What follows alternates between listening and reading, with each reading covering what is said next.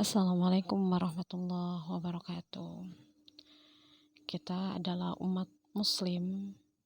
Diibaratkan umat muslim itu bagaikan satu tubuh. Jadi kita memiliki ikatan yang sangat kuat, yaitu akidah. Karena tauhid kita sama, akidah kita sama. Apa? La ilaha illallah Muhammadur Rasulullah. Makanya jangan sampai kita menjadi pribadi muslim yang arogansinya sangat tinggi, fanatiknya sangat tinggi. Apa fanatiknya? Misalkan fanatik dalam golongan, fanatisme golongan. Hindari itu karena akan mengakibatkan perpecahan. Perbedaan pendapat, perbedaan pandangan itu hal biasa. Yang terpenting bukan ranah dalam hal rukun atau wajib. Kalau perbedaan dalam hal masih mubah, ya, atau bahkan sunnah gitu. Misalkan ada yang menyatakan bahwa kunut itu, doa kunut setelah subuh itu sunnah. Ada yang menyatakan ya mubah. Ada yang menggunakan betul-betul harus gitu. Ada yang memang tidak menggunakan sama sekali gitu. Yaitu ranahnya yang masih bukan rukun gitu. Masih kita menghargai dan menghormati perbedaan pandangan, perbedaan pendapat. Makanya kita sebagai seorang muslim harus berpegang teguh pada kitabullah dan sunnah. Allah menegaskan dalam Al-Quran, di dalam Quran surat Al-Hujurat ayat 10, innamal mu'minuna ikhwatun fa aslihu baina akhwaikum wattaqullaha la'allakum turhamun. Orang-orang beriman itu sesungguhnya bersaudara. Sebab itu damaikanlah, perbaikilah hubungan antara kedua saudaramu dan takutlah terhadap Allah supaya kamu mendapatkan rahmat.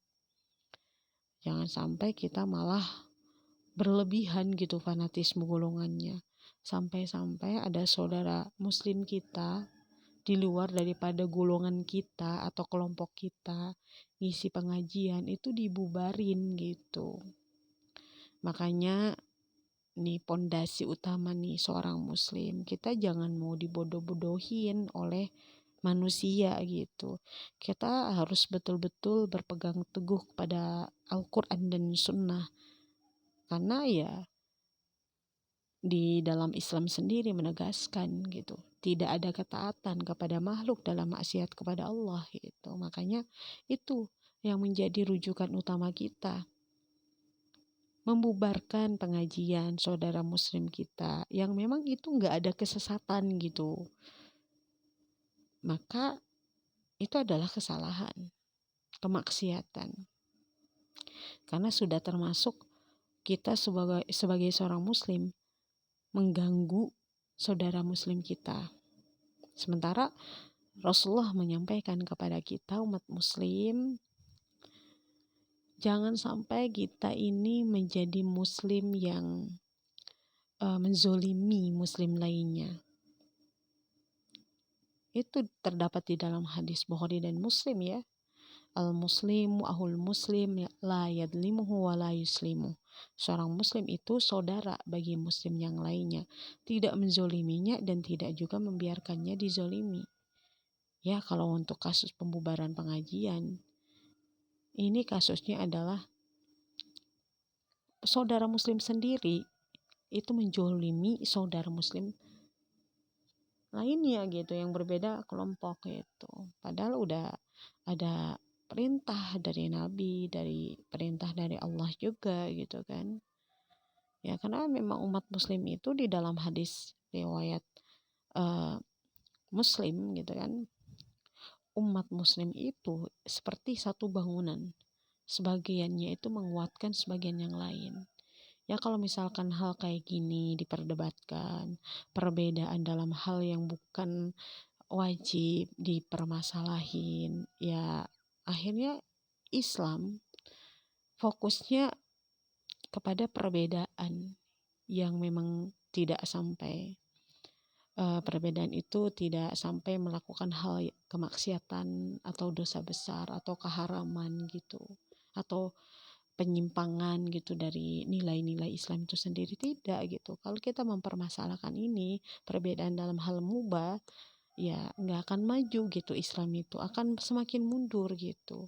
Harusnya Islam itu memikirkan perubahan gitu, gimana nih perubahan, kebangkitan gitu, menjadi lebih baik, bangkit ayo gitu, menjadi umat muslim yang mempunyai kualitas mumpuni gitu kan, bukan hanya ngaku agama doang gitu kan, tapi tidak mengerti ajaran-ajaran Islam itu sendiri. Ya sampai-sampai gitu kan terbalik gitu, yang seharusnya saudara muslim kita yang harus kita rangkul gitu, ini terbalik, kegiatan-kegiatan dangdutan, kemaksiatan dijaga, kegiatan-kegiatan ibadah yang bukan satu agama betul-betul dilindungi gitu kan. Jadi terbalik gitu. Tidak bisa menempatkan toleransi yang betul itu seperti apa gitu. Malah yang saudara muslim sendiri, dia sedang istilahnya kalau kajian-kajian Islam itu kan sedang melakukan amaliyah kebaikan gitu, perbuatan baik gitu, bahkan itu kan wajib. Kalau menuntut ilmu agama itu kan wajib hukumnya bagi setiap muslim laki-laki dan perempuan, thalabul ilmi fardhatun ala kulli muslimin wa muslimatin. Jadi jangan salah sasaran. Seharusnya kelompok yang sekarang rame, ya bukan sekarang sih, udah lama juga, terulang kembali terus gitu. Entahlah apa yang ada di pikiran kelompok tersebut. Ya terlalu terlalu benci kepada orang-orang yang mau menjalankan agamanya dengan baik. Padahal itu awal kemunduran loh. Orang kafir itu ya, orang yang benci dengan Islam itu takut loh orang Islam itu kembali kepada kitabullah, pada Al-Quran dan Sunnah. Kenapa? Karena ketika umat Islam itu bangun dari tidurnya, maka umat Islam ini akan menjadi umat yang terbaik, generasi emas seperti yang sudah pernah terjadi gitu. Dan orang yang benci Islam itu takut. Makanya udahlah, ayolah ormas Islam yang besar yang ada di Indonesia ini, ayo bersatu, jangan gontok-gontokan hanya gara-gara perbedaan pendapat yang bukan wajib, yang bukan rukun ya. Yang menjadi titik fokus utama adalah ada yang ngaku-ngaku aliran sesat, aliran-aliran Islam, tapi ajarannya sesat. Banyak tuh ada video viral itu. Masa gitu kan, tukeran pasangan gitu kan, antara suami istri itu dibolehin asalkan suka sama suka. Itu kan ajarannya ya sesat dan menyimpang. Nah, bawa-bawa Islamnya ini, kecuali nggak bawa-bawa Islam gitu, bawa-bawa Islam atau ada yang mengaku nabi baru gitu, kan ada gitu. Atau misalkan ada aliran yang masih menghalalkan nikah mut'ah gitu, nikah kontrak, itu kan penyesatan. Itu harusnya menjadi titik utama gitu, dibubarkan. Ini mah kebalik, yang lurus, yang berpegang teguh kepada Al-Quran dan Sunnah malah dimusuhi, dianggapnya radikal gitu. Padahal yang radikal itu sebenarnya siapa sih? Yang radikal itu kalau menurut saya gitu kan, radikal itu kan ya bukan hanya terjadi pada orang Islam saja gitu, tapi bisa terjadi juga pada aliran-aliran yang lain, misalkan aliran liberalisme, komunisme.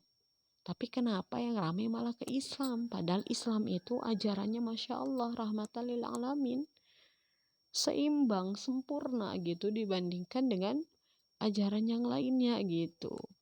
Makanya ketika Islam atau Al-Quran dan Sunnah gitu kan diterapkan dalam sebuah tatanan kehidupan kita, baik dalam bermasyarakat atau keluarga atau bahkan negara, maka negara itu, keluarga itu, masyarakat itu akan maju menjadi peradaban yang terbaik.